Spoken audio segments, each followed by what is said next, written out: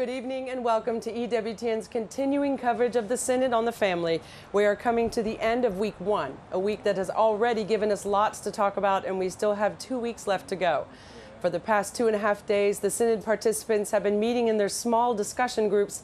Today, the group met together again as one body to hear the results of those discussions and turn the page to start focusing on part 2 of the Synod's working document on the vocation of the family.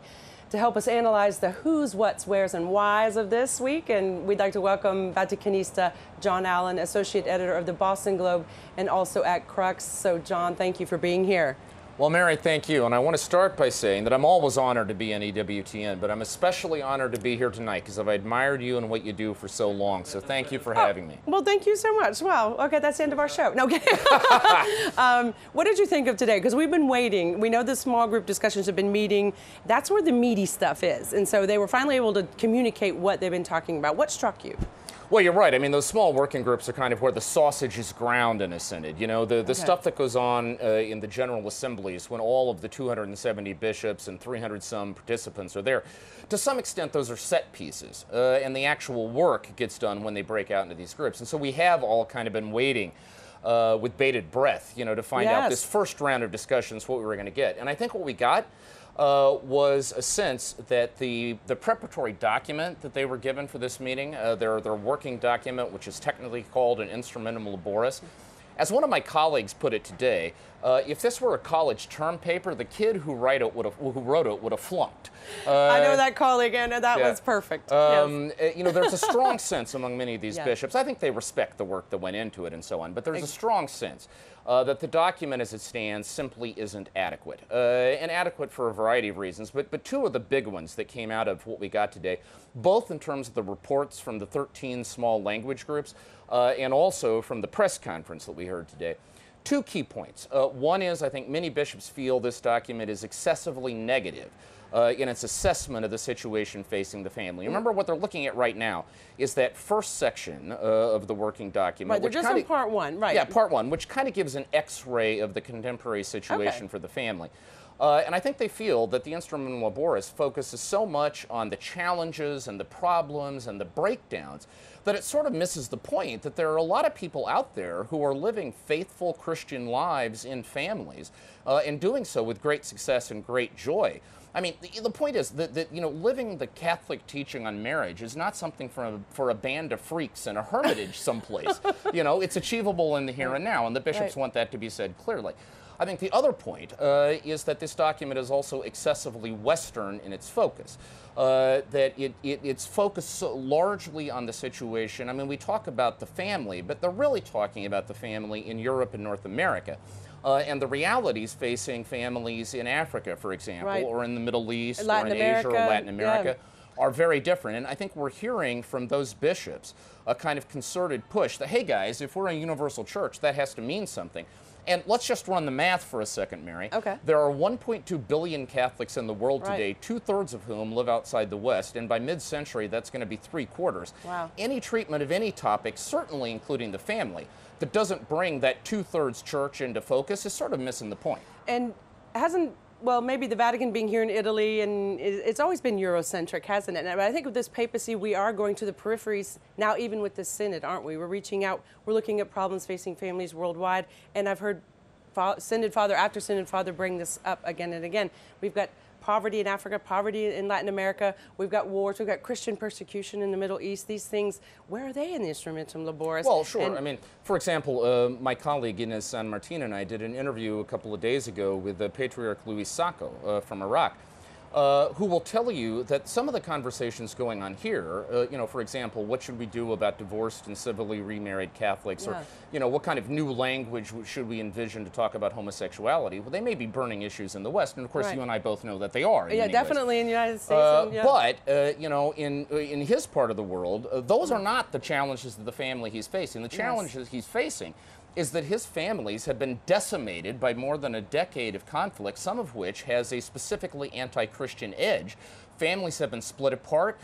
Families have gone into exile, and you've got to figure out how to care for them, and on and on. And his point is that has to find an echo in this conversation. Do you think that do you think that in these small discussion groups, that you think when they give their input to the Holy Father, that we're going to see some changes in this exact direction? Oh, absolutely. Yeah. I mean, I think two things you can take to the bank is that the final document that this Synod produces is going to be more positive in its treatment of the possibility of living the full truth of the church teaching. It is not only possible, but it's common. I mean, far more people than we understand often, because we tend to focus on where it breaks down. I mean, I think family life is a little bit like air traffic control. We only talk about it when a plane crashes. We never focus on all the cases where they take off and land with no problems. That's a good point. And, you know, I think that's true of our treatment of the... So I think this document is going to be more positive, and I also think it's going to be more universal in scope. I want to get to a couple of clips from today's press conference, because we only get to hear from the Synod Fathers and the participants when they come out.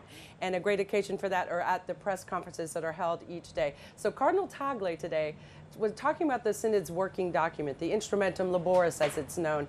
He said it might be on its way to being martyred, and that got a lot of attention. So let's hear what he had to say, and I want to get John to comment on that. Part of the experience in the small groups is that even if people spoke the same language, they come from different countries and contexts.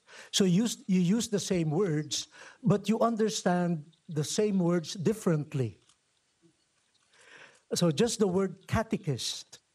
The word catechist in North America connotes something quite different when you come from the African context. No? So this sensitivity, not just to words, but the words come from worlds.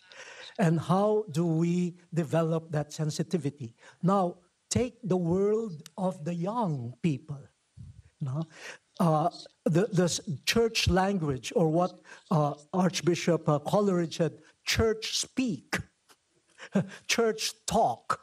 Now, does that connect with the forma mentis of the young people? So the biblical language, a more edifying or encouraging language, simple, less verbose, all of those might be a project.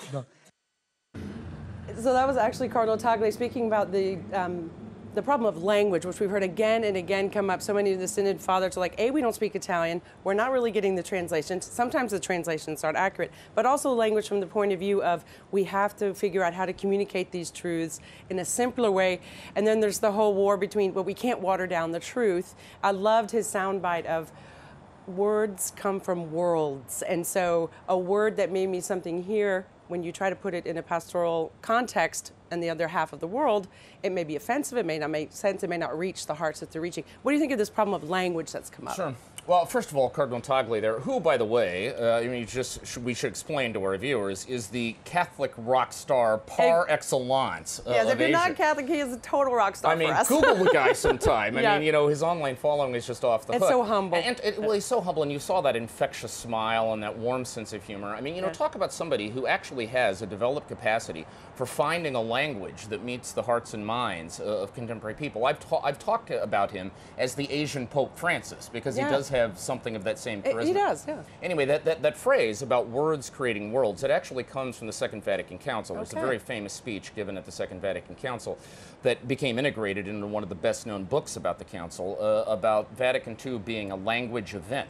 And this idea that words create worlds is a biblical concept, right? That the words we use creates the kind of mental and spiritual worlds in which we live. Yeah. So I do think there is a real drive at this Synod to try to envision a new vocabulary to express the timeless teachings of the truth. But there's a worry. But there is also fear, sure, because here's the thing. Okay, words are very important. Well, Marian, let's make something 100% clear. Okay. Anytime you bring together 270 alpha males for a month, the idea that they are going to be in lockstep from the beginning is complete fantasy. Well, I always say from the get-go, the first Synod were the first apostles. Fishermen, tax collectors, somebody who tried to chop off somebody else's ear. These men were trying to come to consensus. And we also know from reading the biblical accounts of the Council of Jerusalem, there were some flashpoints there too. Oh, definitely. This is nothing, 2,000 years. So this is, nothing new yeah. under the sun. Right. But so you're right. I mean, for every bishop who would say that we need to find a new vocabulary, there would be another bishop who would say, well, now wait a minute, because vocabulary, language carries content. And we can't start monkeying around with the content of our teaching, particularly in a cultural moment in which, in many parts of the world, that teaching is either in question or actually actively opposed. Right.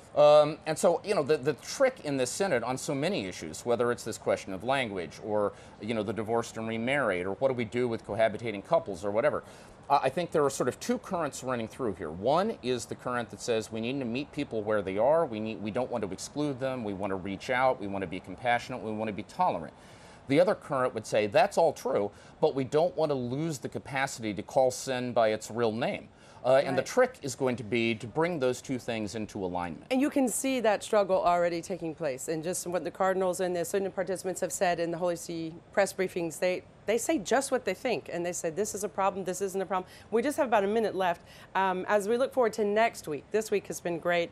They're going to start focusing on marriage, and marriage with a capital M. This is, I think, when they're really going to get into the meat of marriage. What are you expecting for next week? Well, I think there is a great sense among the bishops now about what they agree on. Okay? The idea of trying to project a positive vision of family life, trying to invest more resources in formation and support of couples, and so on. I think there's also a sense that's beginning to set in of what they don't agree on, and I think they realize the clock is ticking, and they don't want this synod to end in disaster. And so I would expect that in terms of the sausage grinding aspect of the process, the focus is going to shift a little bit away from those areas of consensus that have already emerged and towards some of those areas where we don't yet have consensus, and see either if we can find one, or if at the end they're simply going to have to say to the Pope, because remember, they're not voting anything in and out. Right. I mean, the only point here is to make recommendations to the Pope.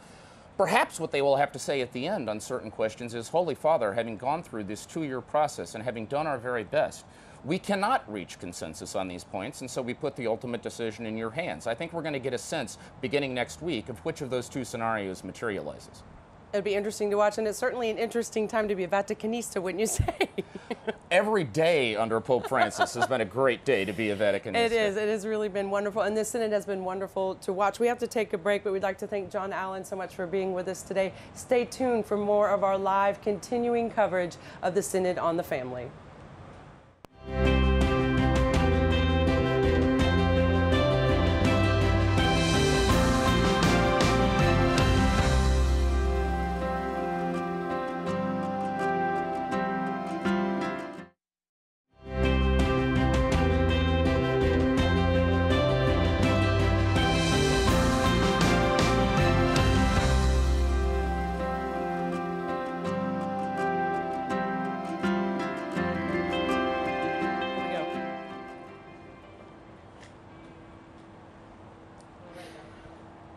I've convinced John Allen to remain with us on the set to keep going on our Synod discussion. So, John, thank you for remaining with us here.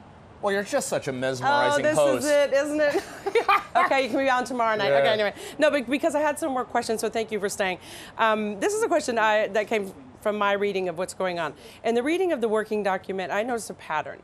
The church restates church teaching with a long list of quotations from magisterial documents, followed by this phrase: at the same time, and usually, or at the same time, however, and then this is when I see the new.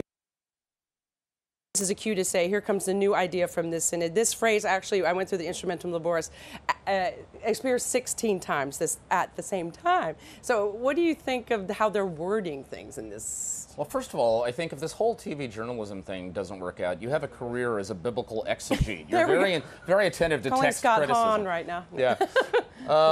What do I think that phrase betokens? Look, here's the thing, okay? Yeah. I think on the one hand, there is a strong emphasis at this synod that the church has a timeless and persuasively true message about the family to present.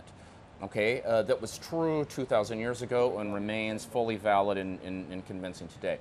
At the same time, I think there is an acknowledgement that the articulation of that truth needs to be rethought in some way, because as we heard from one of the bishops during one of the opening pressers during the synod, there is undeniably a growing gulf, that's the language he used, a growing gulf Yes. between what the church presents about the family and the way family is being lived in many parts of the world today. Yeah, so the question is, how do we overcome that gulf? And I think there's an intuition here, because I think the premise of all of this is truth is inherently attractive. Okay, in the end, if you have the key that unlocks the happiness of the human heart, people hunger for that. They don't know. So they either don't know, or they don't understand, or because of the language in the conceptual apparatus that's being used is just not getting across. So I think that's what's going on here. This is, in a way, a kind of Sherlock Holmes exercise of trying to find the clue. Yeah. You know, as to for me, it seemed like a little clue, kind of like, here's all this magisterium.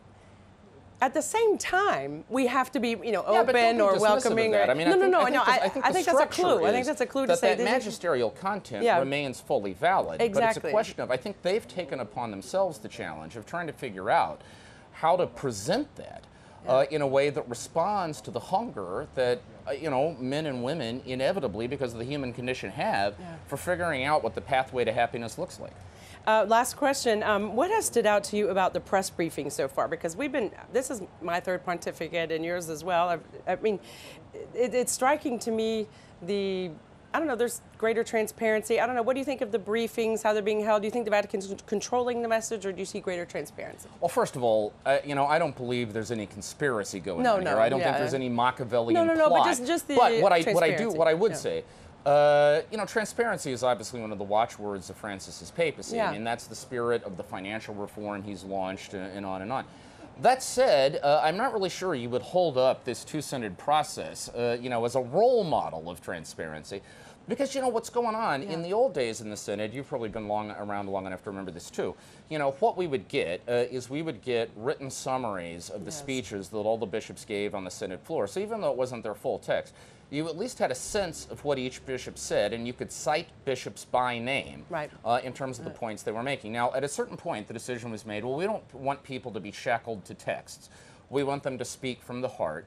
And so we're not going to release texts anymore. Which, by the way, has not really worked. I mean, you know, most of the people over there will tell you that most bishops still work from a text. I mean, do you think this new synod is going to survive? So the result, Mary, is that for the most part, we don't actually know what bishops are saying. You know, what we were getting are summaries from briefers who were doing their very best, but inevitably it's selective and it's hard to evaluate. Well, we're going to get further analysis from His Eminence Cardinal Napier, who's just about to join us Couldn't have made a better set. choice. Oh, thank you so much, John, for being with us. We so appreciate your insights. Stay tuned. We'll be right back with more Synod coverage with His Eminence Cardinal Napier. Stay tuned.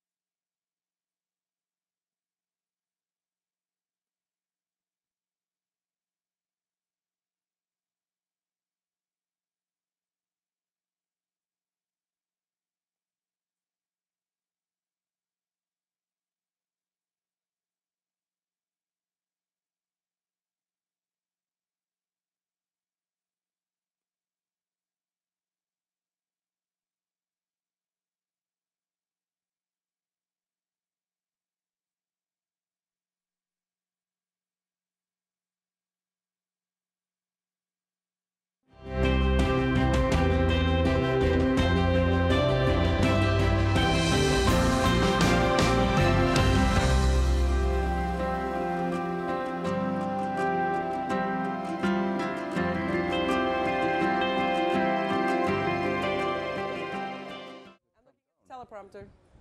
Aprite su di lei.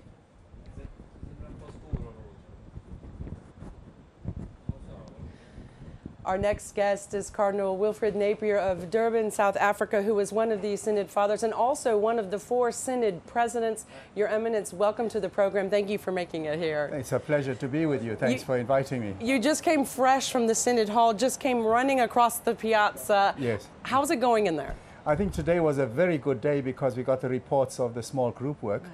And I think that's where the real work has been taking place. Okay. They were excellent, those group reports this morning. Really gave us a good idea of the way things were going, what levels of discussion were taking place. And I think in general, one got a very positive impression of a very positive response to the subject on the family. That's wonderful. What are the priorities of the African bishops at the Synod? I was honored to be present when they met as a group just about a block or two from here. Yes. And what are some of the priorities that you're bringing to the Synod? I think one of the first things we want to do as Africans is affirm the good marriages that we've got in Africa, the good families that are there, and they come from good marriages. The second thing is we can see the threats that are coming to the family and to marriage, and therefore we want to forestall that by already starting off introducing a way of preparing for marriage which goes beyond just the sacrament, but goes at looking at marriage as a vocation rather than simply a lovey-dovey stuff. The flowers and the That's photographers right. with so much focus. You focus on the wedding instead of the actual That's marriage. right. So that's something you're working on. Yes. That seems to be happening worldwide. And the third as well. one that we're looking at is really how do we deal with the situations where we've got polygamous marriages, where perhaps the polygamist himself wants to become a Catholic, or one of his wives wants to become a Catholic. What do we do in those circumstances? What do you do? Yeah. Well, we've got a lot of study to do yet exactly. and to work out how do we go about it, yes. One of the phrases that has come up, and Pope Francis has mentioned this himself, ideological colonization that takes place in Africa. Either you subscribe to our ideas, or maybe the aid's not coming through, or the assistance that you're hoping to get. Can you speak to that? A few years ago, I wrote something in the newspaper in Durban, and I got a very angry phone call from the Consul General, who said, where do you get this idea that we're pushing this down the throats of Africans? So I went on the internet, and within seconds, I picked up in Central Africa, Uganda, Kenya, Tanzania, Hillary Clinton had been there, and she didn't use it in those same words as they're doing it now. They're much more brazen now. Yeah. But the implication was, you conform to what we want, or else you won't get the aid. You're talking about this inside? Yeah, we will be, certainly, yeah. Okay. I saw something today on Twitter that I thought was very interesting. There was a tweet. Somebody was suggesting we really need to embrace people where they are. But I loved your challenge to that. Your response was, we need to meet people where they are. That sounds nice. But what is it that Jesus did? Did he rather call them away from where they were? Right? Isn't that the struggle that's happening? We want to be accepting of folks, but not lead them where they are. That is precisely the point. If we believe in our teaching, and if we believe in the teaching means believing in Jesus and what Jesus wants us, and he wants to show us how to be true men, true women, and we've got to go there. And one of the first things Jesus did was to challenge us to repentance. In other words, where we were, he was not satisfied with us. He met us where we were, but he called us to come elsewhere. Now, I understand that that quote has been seen as if I was criticizing or reprimanding Father Rosica. And he says he was quoting somebody, and the second half of the quote was left out. And that was precisely what I said. He had said that himself in his quote. So I think it's one of those unfortunate things where the media has become so bite-sized, everything sound conditioned sound bites that you it's hard to evangelize that way, isn't it? I'm actually finding it quite challenging on Twitter to condense your thoughts in such a way that you get the essence down and you don't leave out the trimmings. I would encourage all of our listeners and viewers to follow you on Twitter, because I do, and it's very inspirational, and you're not too afraid to take on the most challenging issues of the day. But before we have to let you go, I wanted to ask you, there are also pressures, I think, that come to Africa and other countries to limit the number of births that take place. So let's say birth control through many different means, discouraging the growth of the family. Is this also being discussed? I think some of the African bishops, if they haven't already mentioned it, will certainly be doing so in their interventions. I know the bishops of Kenya recently took a very firm stand on, what was it, some medication for one of the inoculations And they had the stuff tested, and it was actually for birth control rather than for what it was purported to be. And who was providing this? I mean, just an international United Nations. This is, I hate to say, that's kind of often where it comes from. I'm not a big fan of some of the stuff that they're up to. So this week was great, small group discussions. We heard the results today. I think next week, as we get deeper into the Instrumentum Laboris, you're going to start studying part 2. Yes. What do you think? What do you think is going to come out of next week? More focus on marriage and family life and procreation, these things? I think the judging is the next week. And how do we see where the church's teaching fits into what we've described in the earlier chapter? How do we respond using the church's teaching to those situations that have been problematic and that we've discussed? You're one of 4 Synod presidents. Now, most of our viewers at home don't know what that means. I don't know what it means. Why do we have 4? Are they rotating? And what's your role in the leadership of the Synod? What it means is the Pope is actually the president of the Synod. It's the College of Bishops around the president who is the Pope. But for obvious reasons, he delegates that task to others. And up to now, there's been 3 presidents. And at the end of the last session in 2014, the Pope said Africa was not represented. We put somebody on there to represent the African continent, which was significant, I think, because Africa is where the church is growing. And the reason it's growing is because Africans, given the circumstances they're having to live in, know they need God. And that's why the church is making headway there. And it's a light for the church. And it is for the joy and the unity. And they actually live their faith, live their faith, And the Pope is going there at to parts of it, in the end of November. Is there a great expectation for that? I think there is. And the 2 things I think that they're expecting is that the Pope is going to go there to affirm the African church. But also, I hope, and this I'm not sure of, but I hope he's going to use the occasion to hold up role models for the church in Africa, that could be... He did that in the U.S. for us as well. Right, mentioned a few different... And you're going to try to get him down to Durban? We are hoping that if not the beatification, we couldn't get him for that, Benedict Daswa.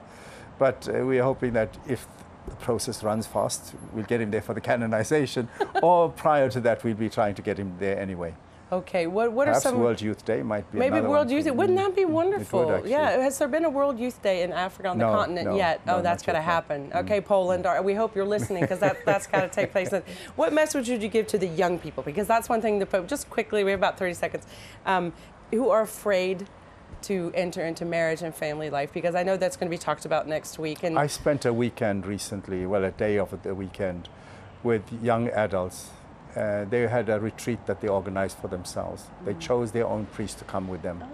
And part of the essence of the retreat was testimonies that they gave about how their faith had changed their life. And one of them just recently married.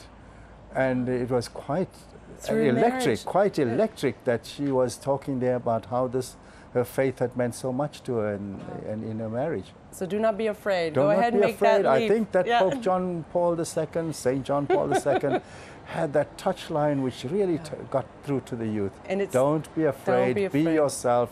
Be what God wants you to be. Thank you so much, Your Eminence, for joining us. That concludes our Synod coverage this evening from Rome. The bells are tolling behind us. Remember, for all the latest information on the Synod, visit our special Synod page on EWTN.com and follow us on Twitter at EWTN. Follow His Eminence as well at Cardinal Napier. Send us your questions and comments using the hashtag on Twitter, EWTN Synod. And we're covering the Synod from all angles, so don't forget to tune into EWTN News Nightly. Log on to our website for Joan Lewis's blog, not to be missed. And don't miss the World Over each Thursday as the Papal Posse brings you the latest from Rome as well. I'm Mary Shovelin. Good night from Rome.